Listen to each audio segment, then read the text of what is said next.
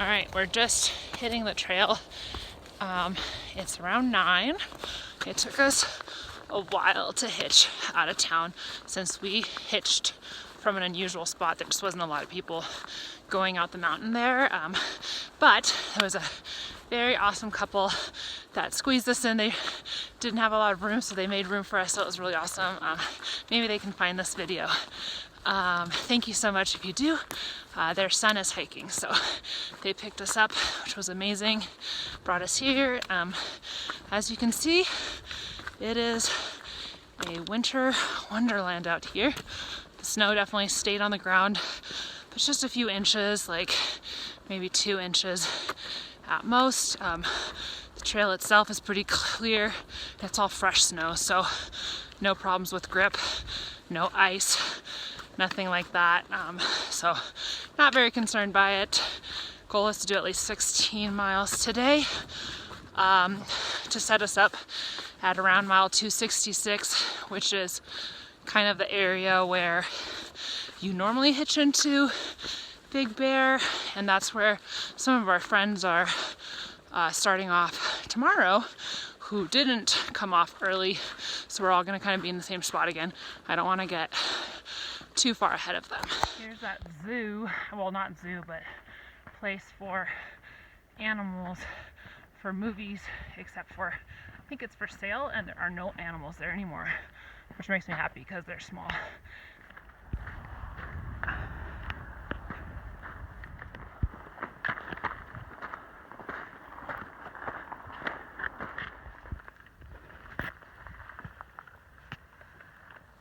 It's really cold still. I'm probably wearing too few layers. Once I took my puffy off, I probably should have like my beanie and stuff, but those are in the bottom of my pack. I don't want to stop to get them out because that's even colder. There's good news and bad news. We were expecting rain for most of the day based on the weather forecast. And we looked and it's really significantly decreased, like only 30% for 2 hours instead of like 90% all day. The bad news is now the nights are going to be colder again because we lose the cloud cover. So it's going to be like 26. So we didn't quite avoid the cold night, but at least we avoided walking in snow.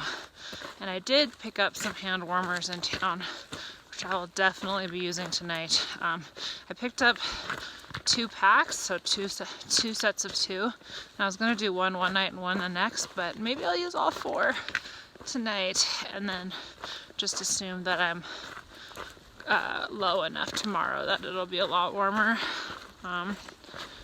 Yeah, snow is definitely melting and diminishing as we go downhill.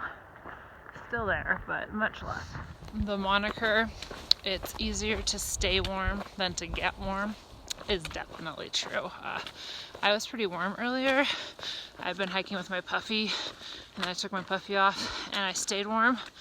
But then eventually I needed a break. Like I couldn't just keep hiking all day without a break. So after 3 miles, I took a break, and probably took a break a little bit too long. Like I was comfortable, and then I started walking again once I started feeling cold. Well, now I've been hiking for like a mile and my hands are still freezing. I'm doing the sock glove thing, but they're still cold, and I'm like definitely not warming up the same way as I did before. So good thing to always keep in mind. I'm not miserable. I can always get more layers if I needed it, but it's like I'm cold, but like just at that cusp where I'm not quite willing to stop and get all my layers out. So I'm just like a little cold. I think my nose is red too. You can kind of see that.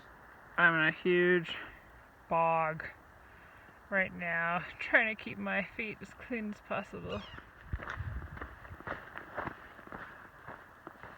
It's finally warmed up a little bit now that we are below 8,000 feet in elevation.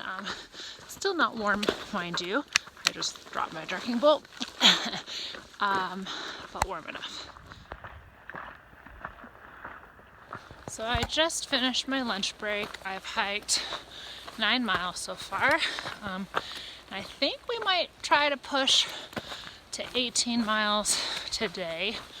The terrain is pretty easy, and the campsite there is nicer than the one at 16 miles. Plus there's water there, so it wouldn't have to dry camp. Plus there's a fire pit because it's supposed to be super cold. We'll see. My feet have been pretty tight today, like not painful, but it's just cold, and I've just noticed that when it's cold, my tendons are a lot tighter.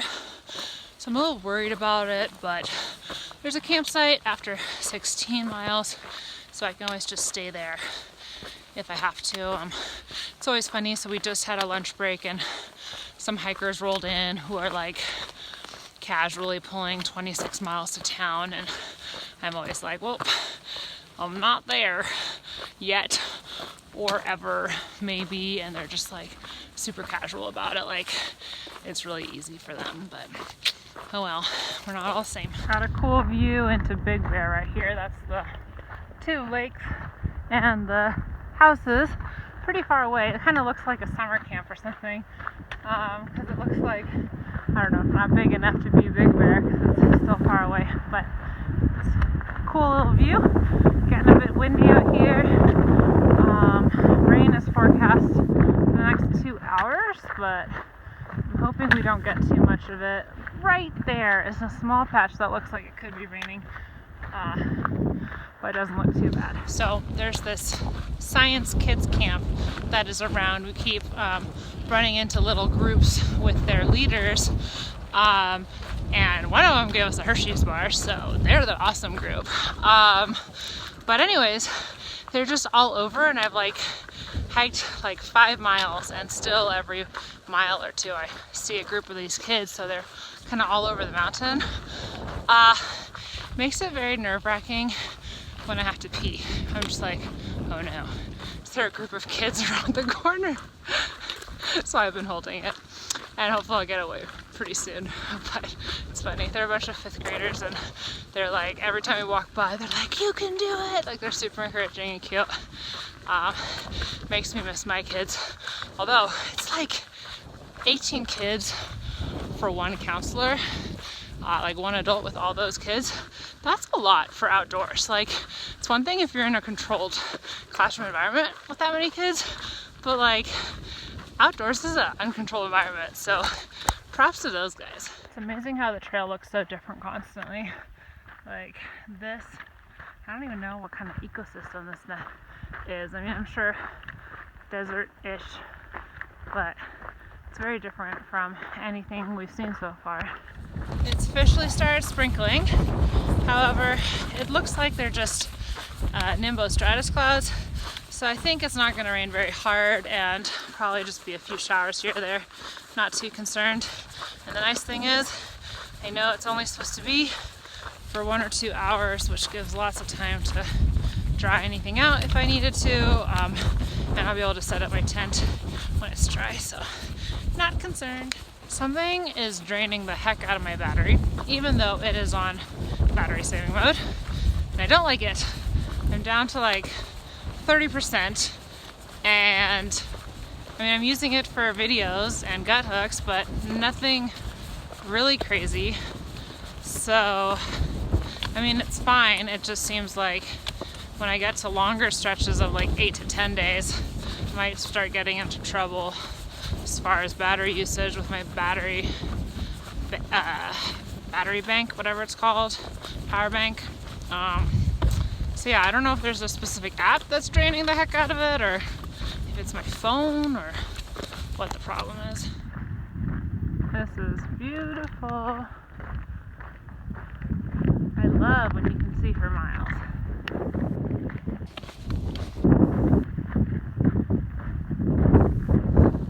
So Crater and I have a really awesome hiking system developed today.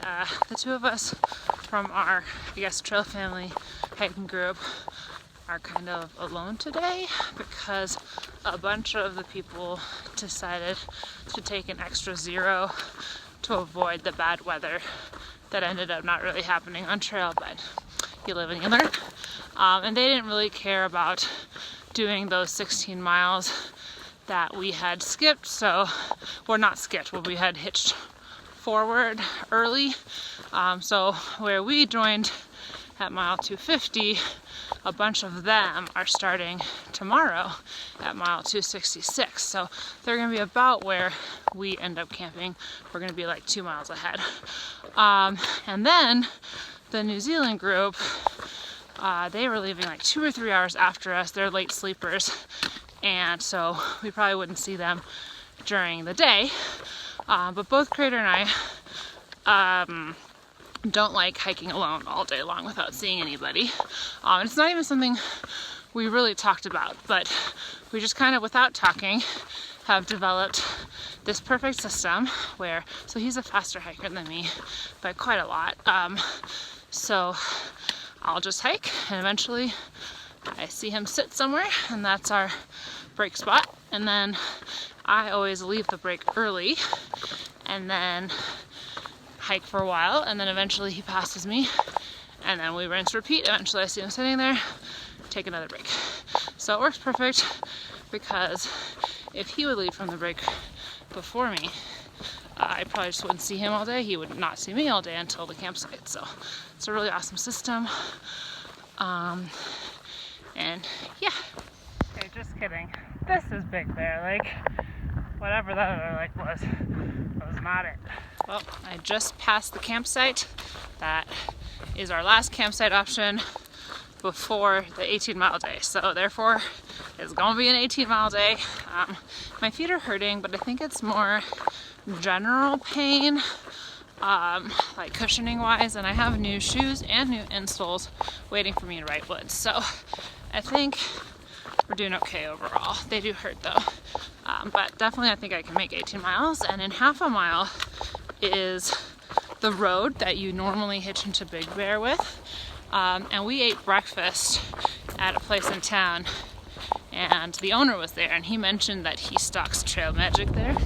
So I'm pretty excited to check it out and see if there's Trail Magic. It's empty. I've got about half a mile left. I'm so done and ready to be there. Just kind of reflecting on it, like backpacking the PCT always stays hard.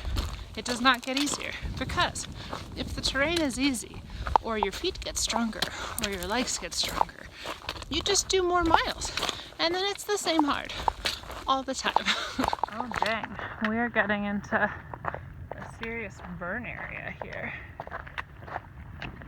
Looks pretty dead. I think this is where Drogon flew to, guys. Gonna keep my eye out for him. Man, today has really been through fire and ice, or through ice and fire, because we started in the snow and are ending in a burn area. Oh, thank goodness I made it.